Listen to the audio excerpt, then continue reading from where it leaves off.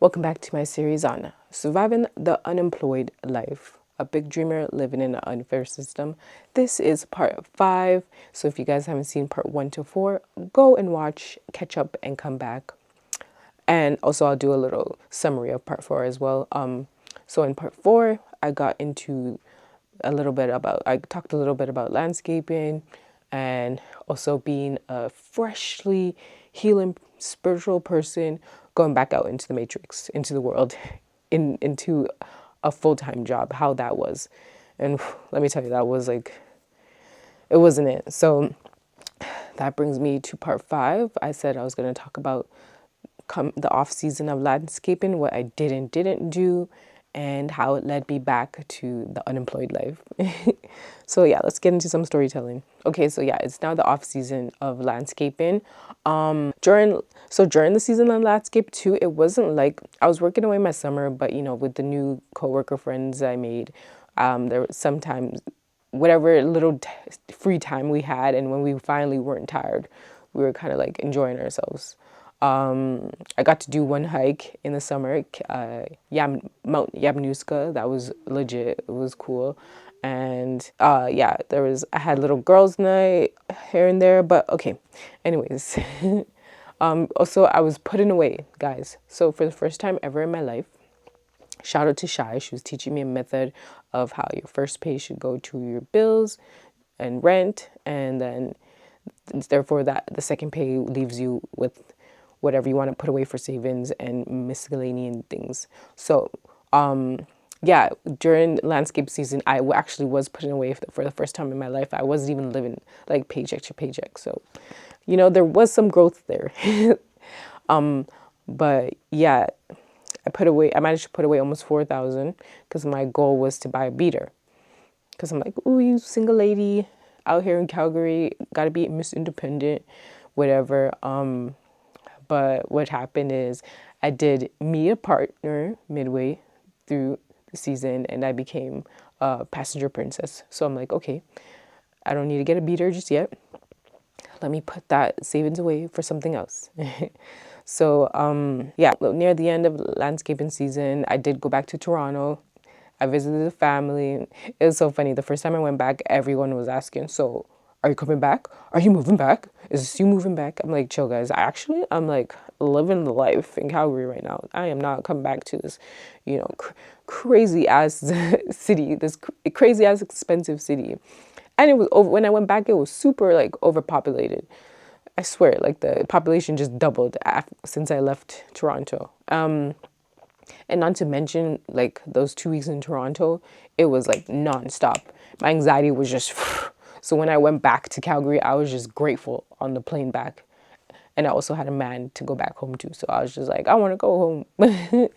But yeah, that was like, I got to Toronto, got back to Calgary, and then I got laid off with landscaping because it was getting cold. So I'm like, why am I still working outside? So that was the start. I did off the season with almost $4,000 in savings. And when you get laid off, you get unemployment. So I was set. For the off season, ready to get my shit together, ready to start my business and ready to pour into my Take What Resonates business, and yeah, come out of this winter season like a new bitch. Okay, that's the plan. But yeah, what ended up happening in the off season, I would say, I was just finally getting to explore Calgary and Alberta, got to see the mountains more, and I was in a new relationship. So me and my partner were getting to know each other. We were going on adventures. We were just having fun. Yeah, we were just together, like stuck to glue. It was like the honeymoon phase times 100. Yeah, going on adventures, getting to know my partner, meeting his family, having fun. That's what I was doing at the first half of the off season. Even my friend came to visit.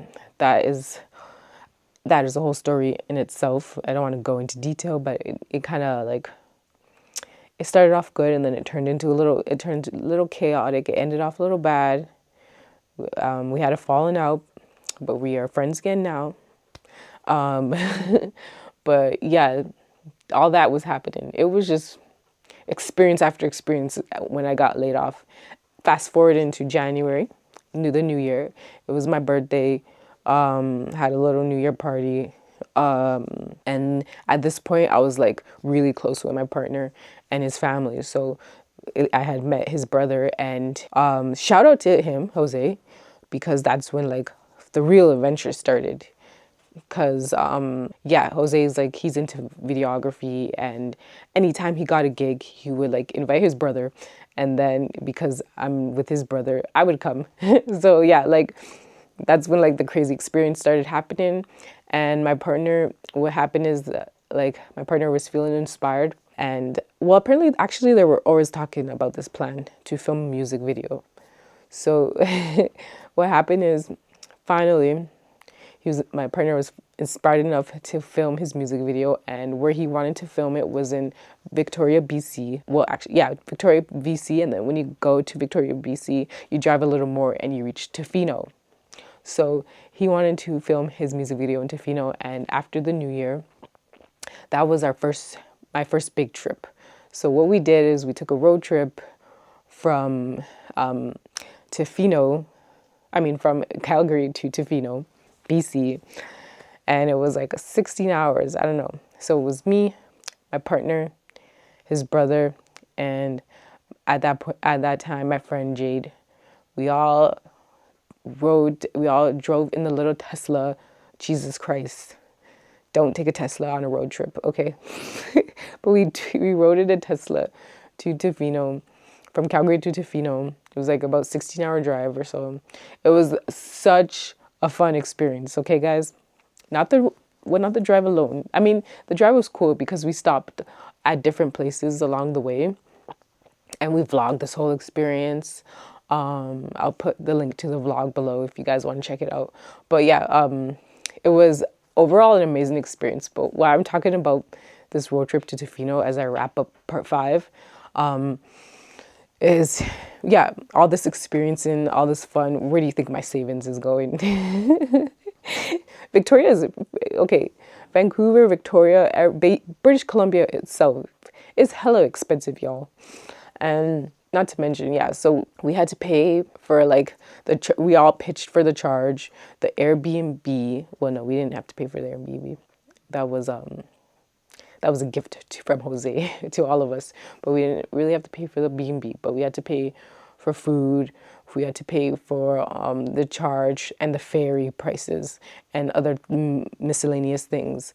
So basically, this whole road trip was kind of running all of our pockets. And yeah, we didn't care because we were having a blast. Yeah, I'm not gonna get into the whole Tofino experience because again, you guys can check it out with the vlog. But yeah, that whole trip, we came back and we were all broke. So, but it was fine because we came back with experience, and we came back with some footage for my partner's music video. Like, it was ready to edit and go out. And I'll drop the link for his music video as well. It was for his song More Models. Your girl was in there, you know, first time being a video vixen. But yeah, we came back from Victoria, BC broke. But it wasn't like all my at that point, just to wrap it up, all my savings weren't done. I would say there was probably like about 1,500 left. And yeah, I was just riding the high off of like freshly experiencing the world and my being in my first music video and getting to explore Alberta and Vancouver. So yeah, just to end it off, we're back from Tofino and we're all a little broke. I'm on last little bit of my savings, and yeah, I wasn't really like pouring into like my whole take what resonates part. I wasn't really like figuring out what to do, because when I met my partner's brother, I was also starting to learn photography and videography. So I was learning videography and photography. And let me tell you guys, when I start a hobby, I have a habit of like, you know, starting something, picking up something and putting it back down. So what happened is I picked up videography and photography and vlogging. Oh yes, all of that. The whole off season I picked up vlogging. So again, if you guys want to see all my vlogs that I was doing during my off season, I will put the link below. And yeah, to get into part 6, part 6 is literally the after Tofino life, how I didn't recover, where the rest of my savings went, and yeah, and what didn't happen. So as you can see, again guys, I didn't have the time to actually like work on my Take What Resonates brand because I hopped into another hobby. I hopped into videography and photography, and you can see right there how why that's a little because what have I been doing during the off season but having fun. In 6 we'll talk about all of that, and thank you for those that are watching. I'll catch you guys in part 6. Peace out.